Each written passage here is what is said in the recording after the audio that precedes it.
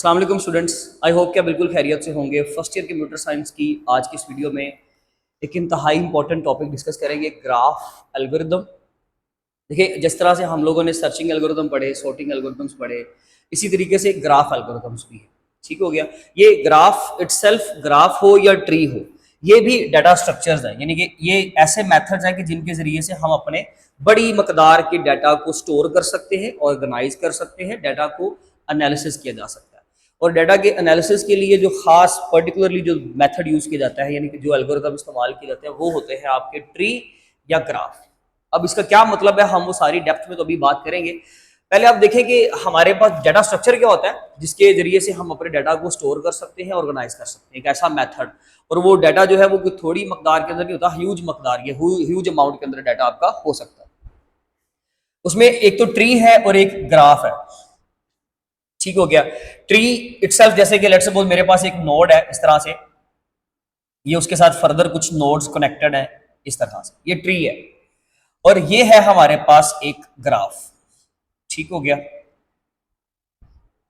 अब याद रखिएगा कि ग्राफ में ही होता है, फर्क क्या होता है कि इसमें साइक्लिक जो फॉर्मेशन होती है वो पॉसिबल होती है, यानी कि दो सेम लेवल पर जो होते हैं ना हमारे पास, जैसे कि यहाँ पर एक ही लेवल पर दो नोड पड़े हैं, वो आपस में जुड़े होते हैं। ठीक हो गया। यानी कि उनको जोड़ दिया जाता है, जरूरी नहीं कि हर बार जोड़ना, लेकिन वो कनेक्ट हो सकते हैं, लेकिन जरूरी नहीं है। ग्राफ में अगर कहूं कि ये ग्राफ है तो ठीक है, every tree is a graph, her tree जो है वो ग्राफ तो लाजमी होता है। ठीक है। लेकिन हर जो ग्राफ होता है, जैसे ये ग्राफ है, ये ट्री नहीं हो सकता, क्योंकि ट्री में ये साइक्लिक फॉर्मेशन नहीं होती। ट्री में साइक्लिक, लिख लें, ट्री में साइक्लिक फॉर्मेशन नहीं होती, जबकि ग्राफ में साइक्लिक फॉर्मेशन हो सकती है। दोनों में यही फर्क है, ज्यादा फर्क नहीं है। ठीक हो गया जी। अच्छा, अब हमें करना क्या होता है, हमें असल में करनी होती है यहाँ पर ग्राफ ट्रैवर्सिंग, ट्रैवर्सल या ट्रैवर्सिंग। ये होता है कि जब हम लोगों ने अपने डाटा को, सारे डाटा के हर नोड को, हर पॉसिबल वैल्यू को एक्सप्लोर करना है, उसका एनालिसिस करना है, उसको प्रोसेस करना है, उस वक्त हम लोग क्या करते हैं, ग्राफ का कॉन्सेप्ट यूज करते हैं। जैसे कि मैं, ये मेरा पर्टिकुलर कोई डाटा पड़ा हुआ है, कोई नोड पड़ा हुआ है, मैं इस नोड के ऊपर हूं, मैं यहां से इसके साथ फर्दर कितनी चीजें जुड़ी हैं, तीनों के ऊपर विजिट करूं, इनको चेक करूं, एक्सप्लोर करूं, आगे फर्दर इसके साथ क्या जुड़ा हुआ है उसको चेक करूं, उसके साथ आगे फर्दर क्या जुड़ा हुआ है। ये एक बेसिकली जो एक्सप्लोरिंग का मेथड है ना, जो विजिटिंग का मेथड है, the process of visiting and exploring the graph is called as graph traversing. मेरे पास जगह कम थी, मैं डेफिनेशन लिख नहीं सकता, आप लिख ले, process of visiting and traversing, visiting and exploring the graph, that is all the nodes, बल्कि आप चेंज कर लें, the process of visiting and exploring all the nodes of a graph, that is called as graph traversing. बात समझ आ गई? यहां तक आगे चलते हैं। Graph algorithms are used to explore and analyse graphs which are data structure made up of nodes. ये एक डाटा स्ट्रक्चर है मेरे पास, made up of nodes and vertices, nodes and edges. ये मेरे पास नोड्स हैं, दीज आर द नोड्स, जो भी कनेक्टेड पॉइंट्स आपको नजर आ रहे हैं, और जो इनको दरमियान में जोड़ने के लिए हमने लिंक्स यूज किए हैं, दीज आर द एजेस। ये याद रखिएगा। ठीक हो गया। और एक हमारे पास जो ग्राफ होता है या ट्री होता है, उसकी जो टाइम कॉम्प्लेक्सिटी होती है, एमसीक्यू का बहुत इंपॉर्टेंट क्वेश्चन होगा ये, वो क्या होता है जी, order of E, V plus E. अब यहां पर वी क्या है, वर्टेक्स, और ई क्या है, एच। यानी कि हम लोगों ने क्या करना होता है ग्राफ ट्रैवर्सिंग के अंदर, ये बहुत इंपॉर्टेंट पॉइंट्स है और ये बहुत कॉन्सेप्चुअल टॉपिक है, तो याद रखिएगा ये सारे पॉइंट्स आपको नोट करने पड़ेंगे। हर चीज बोर्ड पे नोट नहीं हो सकती थी, इसलिए तमाम वर्टेक्स को एक्सप्लोर करना है और तमाम एजेस को हमने विजिट करना है, हर रूट से होकर गुजरना है। इसलिए इन दोनों की v प्लस ई, दोनों को अगर ऐड करें तो वो टाइम कॉम्प्लेक्सिटी बनती है, तो order of v plus E, number of vertex versus and number of edges. ये हो गई जी डेफिनेशन। वर्टेक्स यानी कि हमारे पास जो नोड्स हैं, और एजेस यानी कि जिनके जरिए से ये लिंक्स किया हुआ है। हम ग्राफ को इस्तेमाल क्यों करते हैं, व्हाई, या इसके what are the applications, what are the benefits. तो हमारी बुक के accordingly network analysis, route planning and social network analysis, क्या मतलब है इस चीज का। नेटवर्क क्या होता है, जिसके अंदर बहुत सारी डिवाइसेस आपस में जुड़ी होती हैं, जैसे कि हब है, स्विच है, राउटर है, मॉडेम है, हमारे लैपटॉप है, हमारा मोबाइल फोन है, ये तमाम डिवाइसेस आपस में कनेक्टेड होती हैं। दीज आर द डिवाइसेस, जो डिवाइसेस है ना, दीज आर द नोड्स। वो आपके पास क्या है जी, नोड्स हैं।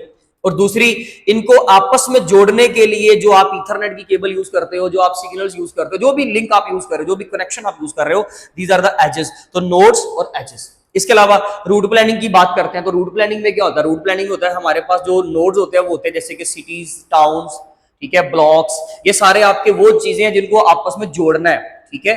और उनके लिए जो हम ट्रैक्स यूज करते हैं, जो हम रोड यूज करते हैं, जो हम पाथ यूज करते हैं, दीज आर द एजेस। तो वो हो गया हमारा रूट प्लानिंग। इसी तरीके से सोशल नेटवर्क एनालिसिस की बात कर लो तो एक सोशल नेटवर्क में क्या होता है, फेसबुक में क्या होता है, जितने भी फ्रेंड्स हैं दीज आर द नोड्स, और हर फ्रेंड के आगे उसके जो भी लिंक्स हैं, यानी कि जो रिलेशनशिप है, हम रिलेशन को बोलेंगे ना, वहां पर एजेस, वो उसके एजेस हो जाएंगे। इस तरीके से पूरा सोशल मीडिया हो गया, रूट प्लानिंग हो गई, नेटवर्क एनालिसिस हो गया, दीज आर द एग्जांपल्स। ये बेनिफिट्स होते हैं इन तमाम चीजों को, इनका एनालिसिस करने के लिए, इनको अच्छे तरीके से स्टडी करने के लिए या बनाने के लिए, या इनके अंदर डाटा को स्टोर करने के लिए। इन तमाम डाटा स्ट्रक्चर्स के अंदर हम लोग किसका कॉन्सेप्ट यूज करते हैं, ग्राफ का। होप्स हो कि आपका ये आर्टिकल भी क्लियर हो गया होगा। हमारे पास दो ट्रैवर्सिंग के मेथड है, एक ट्रैवर्सिंग का मेथड है बीएफएस, यानी कि ग्राफ को एक्सप्लोर करने का जो मेथड है, और दूसरा है डीएफएस। हम पहले पढ़ेंगे आज की वीडियो में बीएफएस, ब्रेथ फर्स्ट सर्च। यानी कि ब्रेथ का मतलब क्या है, हमने चौड़ाई में जाना है, ठीक है जी, हमने विड्थ वाइज ट्रैवल करना है। यानी कि हम लोग पहले इसका ये नोड, उसके बाद इस तरीके से, फिर इस तरीके से, ये हमारा ट्रैवल करने का तरीकाकार होगा। अच्छा, graph traversal algorithm that explores all the nodes, यानी कि हम बीएफएस की बात करेंगे। BFS is the graph traversal algorithm that explores all the nodes, her node को जो है वो एक्सप्लोर करवाता है of a graph level by level. ये लेवल ऑर्डरिंग भी कहलाता है, इसको लेवल ऑर्डरिंग भी कहा जाता है, क्योंकि हम इसके अंदर लेवल बाय लेवल ट्रैवल कर रहे हैं। जैसे कि मेरे पास layer number 0 first level, layer number 1 second level, layer number 2 third level. तो ये मेरे पास 3 लेवल है, जिसको 0 से स्टार्ट करूंगा तो ऑब्वियसली वो 2 पे जाके खत्म होगा।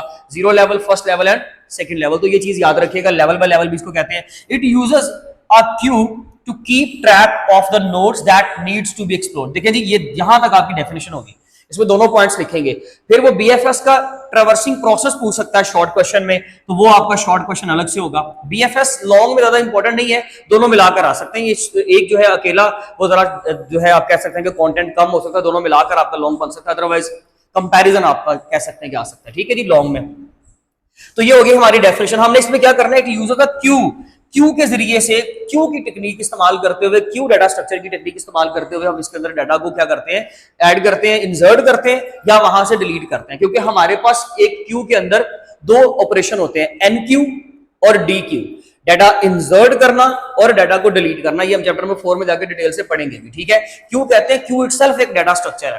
क्यू इटसेल्फ एक ऐसा डाटा स्ट्रक्चर है जिसमें हम लोग फर्स्ट इन फर्स्ट आउट का प्रिंसिपल यूज करते हैं, यानी कि पहले आओ पहले सर्विस हासिल करो, first in first out. Q कैसे बनती है, यहां पर एक पर्सन आगे खड़ा हो गया टेबल पे, फिर उसके बाद यानी कि कैश काउंटर पे, उसके बाद पीछे एक और पर्सन आ गया, फिर एक और पर्सन आ गया, ये क्यू बनती जाएगी। फर्स्ट कम फर्स्ट आउट, ये पहले आया ये पहले जाएगा, पहले आया पहले जाएगा, सॉरी बाद में आया बाद में जाएगा, और ये सबसे आखिर पे है ये आखिर पे निकलेगा। इसी तरीके से यही इंप्लीमेंटेशन हमने भी ग्राफ में करनी है, ये जरा समझिएगा ध्यान से। प्रोसेस क्या है जी, सबसे पहले हमने क्या करना है, डाटा इंसर्ट करना है या हमने डाटा डिलीट करना है, और ट्रैवर्सिंग भी करेंगे, हर नोड को एक्सप्लोर करेंगे, हर नोड पे जाकर उसका एनालिसिस करेंगे, हर चीज को जाकर रीड करेंगे, हर नोड को पढ़ेंगे। कैसे, start from the root node, that is your root node. इसको हम क्या बोलते हैं, ये हमारा रूट नोड है, ठीक है, और ये हमारे लीफ नोड है। लीफ यानी कि इससे आगे क्योंकि नोड नहीं है तो these are the leaf node, जिसका आगे फर्दर कोई चाइल्ड ना हो आप उसको बोलेंगे ये हमारा क्या है, लीफ नोड है। ये रूट नोड है, ठीक है जी, पेरेंट, उसके बाद ये उसके चाइल्ड, और ये आगे 2 इसके चाइल्ड, ये इसका चाइल्ड, और ये 7 जो है वो 3 का चाइल्ड हो गया। बात समझ आ गई। ये इस तरीके से जुड़े हुए, यानी कि इसके साथ आगे 3 नेबर थे, इसका 2 नेबर, इसके 1 नेबर, इसका 1 नेबर है, ठीक है जी। हमने बारी बारी सबको एक्सप्लोर करना है। Start from the root node, enqueue it, पहले उसको एनक्यू कर दो, यानी कि सबसे पहले हमारे पास, अब क्यू में पहले हमारे पास नंबर पे क्या आएगा, जरा समझिएगा इस चीज को, मैं इसको रेज कर रहा हूं, तो सबसे पहले नंबर पे आएगा जी 0। That is the most important equation. ये जो आपने लाइन बनानी है ना, जरा देखिएगा यहाँ पर मैथमेटिकल एक्सप्रेशन कैसे बनाते हैं, सीक्वेंस कैसे लिखते हैं। सबसे पहले 0 आ गया, ठीक है जी। उसके बाद dequeue a node, process it and enqueue, पहले इसको डी क्यू करो, प्रोसेस करो, एंड एन क्यू करो ऑल इट्स अनविजिटेड नेबर।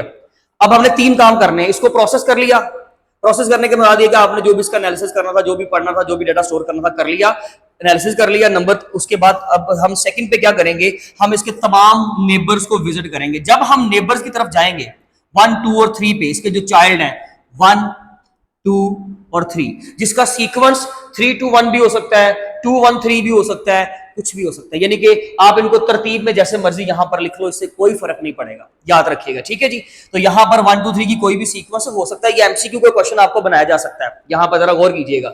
अब हमने क्या करना है, कहता था इसको डी क्यू कर देना नोड को, ठीक है जी, इसको आप क्यू से निकाल दो। जब आपने उसको एक्सप्लोर कर लिया है, आप उससे आगे निकल गए हो, उसके नेबर पे चले गए, तो ठीक है, इसको डी क्यू कर दो।